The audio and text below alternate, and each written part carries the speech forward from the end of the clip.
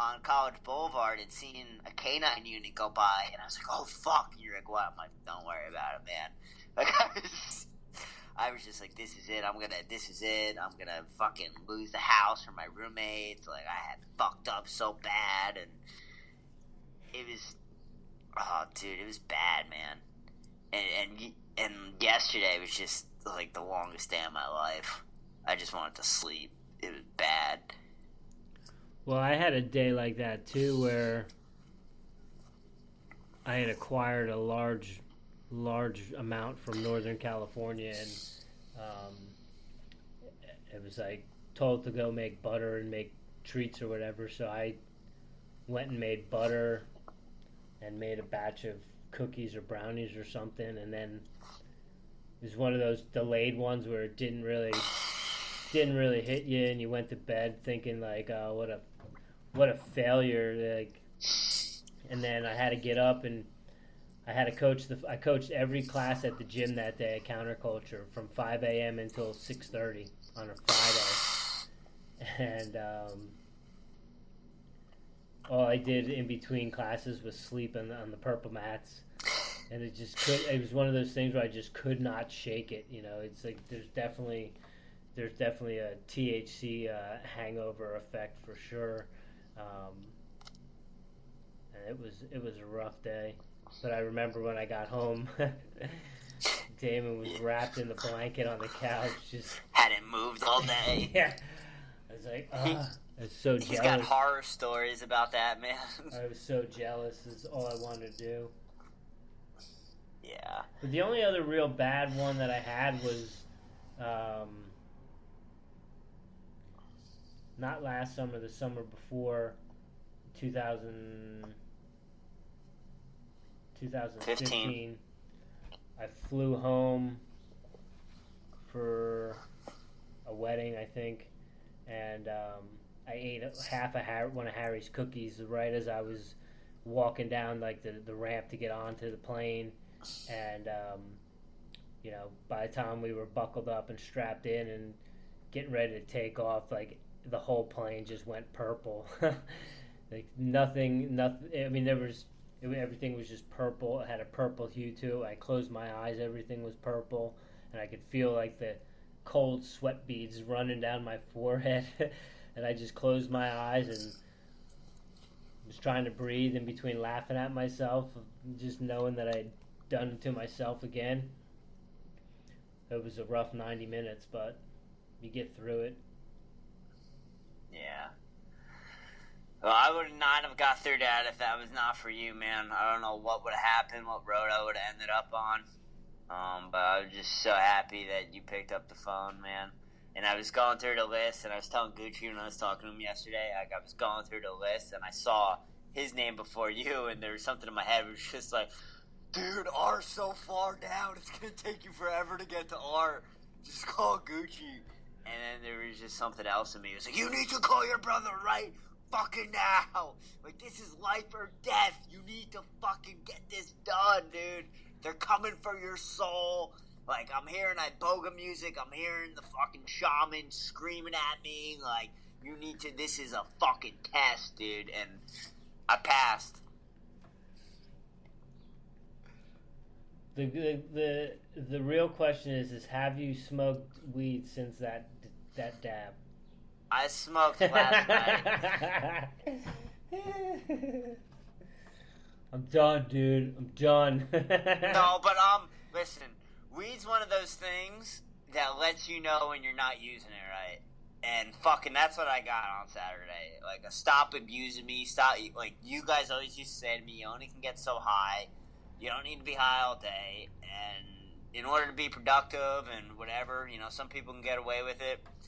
I need to be more productive. I need to check myself more when it comes to that. And just parent myself on it and be brutal with myself about it. Sometimes you get lazy when it's just so easily available. You don't got to worry about getting it from anyone. You can go to the store and get it any time. And I'm not going to lie, dude, I like being high. That said, it's just not a productive way to live a life if you're trying to fucking hustle and get some shit done. And not dwell on certain things. So sometimes you get caught up on certain things when you're you're smoking. Well, it just brings it to the forefront, especially if it's something that you didn't own or if you haven't communicated. Um, yeah, or you're just not living the right way. Yeah, no, I definitely got one of those, like, a serious, like, wake the fuck up type deal. Like, this isn't a dream, and for the longest time, dude, I've been punching it in, man. I was just got so caught up in going to practice, going back to work, going to practice, and wake up and under rested and just constantly breaking myself down. And I got a dose of a wake the fuck up on Saturday. Well, good. I mean, that's as long as you can turn it into a positive thing and look back on it. And I know you were getting a little agitated with me when I was laughing at you, but I wasn't getting agitated, dude. I just wanted to, like, you kept on saying you need to be laughing at yourself. Like, dude, I knew it was funny, but every part of me just wanted to lay on the fucking ground. Like, right, but that's the thing.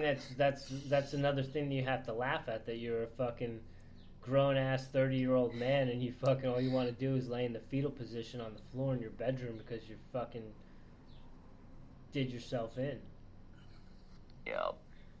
Like if that doesn't make you laugh, I don't know what does. If Timmy or Cup or fucking Rando or fucking anyone told the story like that, you'd be fucking pissing your pants. Dying. Yeah. So you gotta laugh at yourself in those moments and make light of the situation.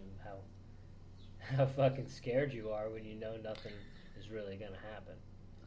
Yeah. But it's hard when you get caught up in that, dude. No, I know, but I'm just saying, whether it's fucking a dab or an edible or a fucking acid trip or fucking ecstasy or fucking ayahuasca, like, chances are you're not gonna die. Might do yourself in with a little too much cocaine, but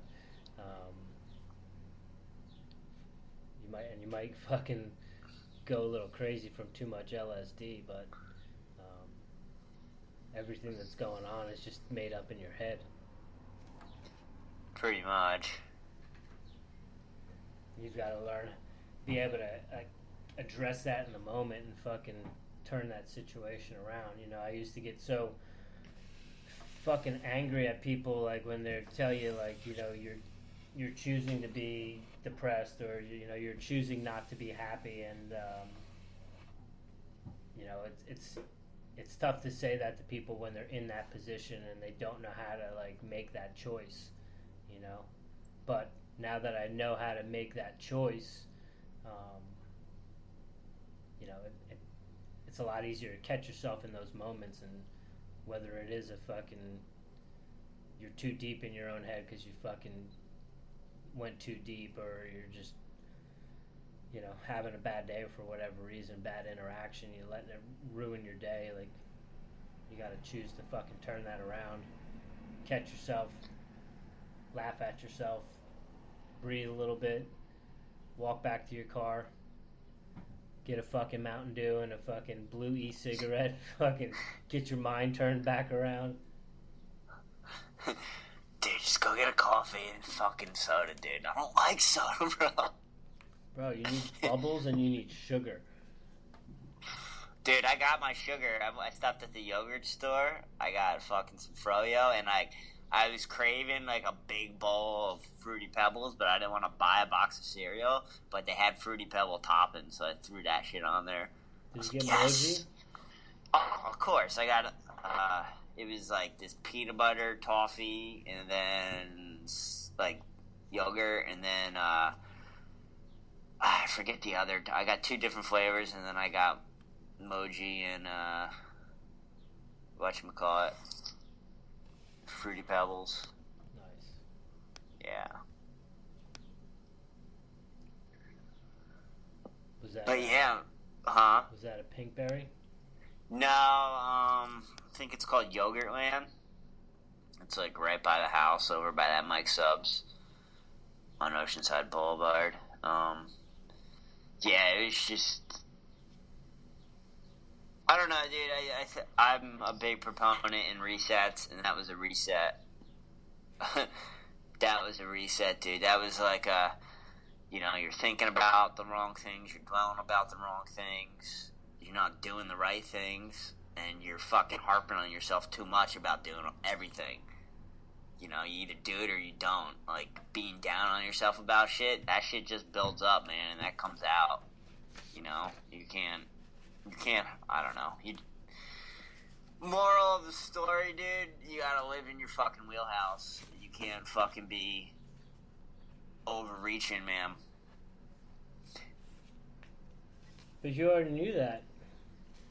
Obviously, I didn't. I might have thought I grasped the concept of it, but I failed the test. I just think you've been, in certain aspects, failing to keep yourself in check like you know how to. Dude, I've been on summer vacation for 2 years. I feel like it's the whole time I've been out here, just worrying about being able to stay out here, and like I haven't had a chance just to like take a deep breath and decompose and kind of feel like I'm on my shit, if that makes any sense. No, I mean, there's a lot of people that say that about when they move out there. It takes a long time to get out of that vacation mode and really feel like you're living, and that's home. Yeah, no, I definitely have had that, and I definitely shelter myself off for sure, to a point where, I don't always make friends or want friends, but, sometimes you look at shit, and when you really don't have I'm calling you in Oklahoma City, that starts making me think about my surroundings and where I'm at, Well, you gotta analyze what matters most. Yeah. And I think for me it was going to California was more about, getting away from colder climates, and then that kind of spawned from sipping the CrossFit Kool-Aid and taking an opportunity. But weather is only one component of happy living, and if you're you don't have your support crew or any of those things there, whether all of a sudden you take notice of, oh, it's gray here, it's not sunny now, or it's fucking raining here,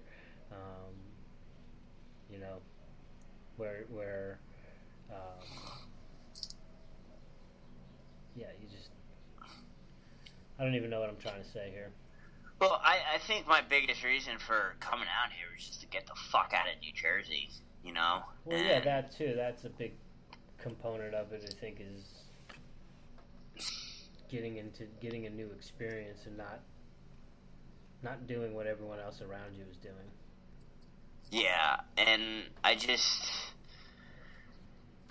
when you first get somewhere, you get somewhere new, and you think it, it's better than what it is, or you're putting it over more than you should be, just because you're so excited to be there.